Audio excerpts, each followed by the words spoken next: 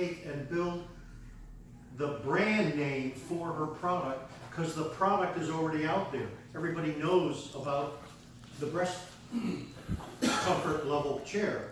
We need to be able to have it be under her name. That's going to take the proper branding, internet marketing, and getting more on places like Good Morning America and things like that. I hate to say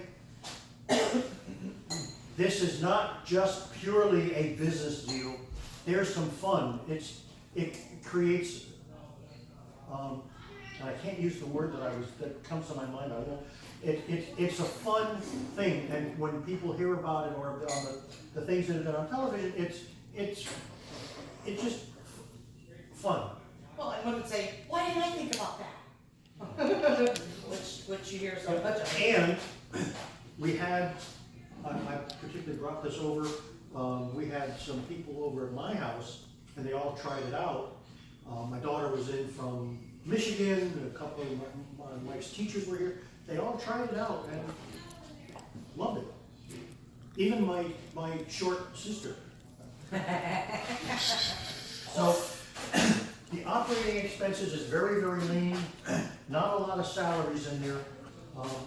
And then some specific things to try to get on the internet, try to get the Google speaking, but Amazon. Yep. Because, and I don't have this chart, there's a chart in the book that describes, we've got about 7 or 8 products. I think there's 8 Yes. products.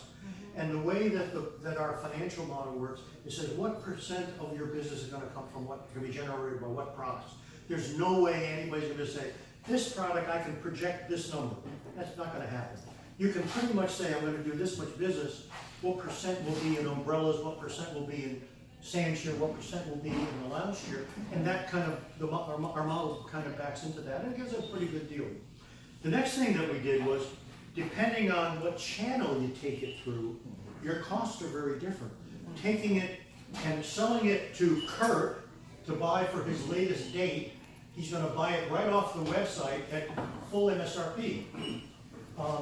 Scott, on the other hand, has got a buddy in Home Depot, and he's going to go have Home Depot get it, and Home Depot is going to want to buy it for half of the price of what MSRP is, because they're going to want to double their price. So, and then depending, if we can ship directly to Home Depot, we don't have any extra costs other than shipping costs. But there are some retailers, and Wayfair I think is one of them, that says in order to ship to me, I can't just have every vendor in the world coming to me. I have too many vendors. I need for you to come through a distributor. So as soon as you throw the role of the distributor in there, there's another 20% going out the door. So what we did with our model, and we have all this stuff, if anybody's really interested in investing some money in this, we can tell you, here's how much profit is going to be if we go through a distributor, how much profit is going to be if we sell to a hotel, different pricing. Each one of those is different. I'll tell you the truth, the best deal for us is selling it to Kurt to buy for his girlfriend. We don't expect more than about 24% of our sales is going to be that direct coming from our website. The others are going to be somewhere in the 30 and 40% margin ranges. The worst is going through a distributor to a retailer. We barely make $1, very honestly. But you can't not be in that business. But we've got our percentages down to that to be relatively small. And obviously if the volume is big enough, it's worthwhile to try to do something. And then if we can cut our cost of goods down, and there's enough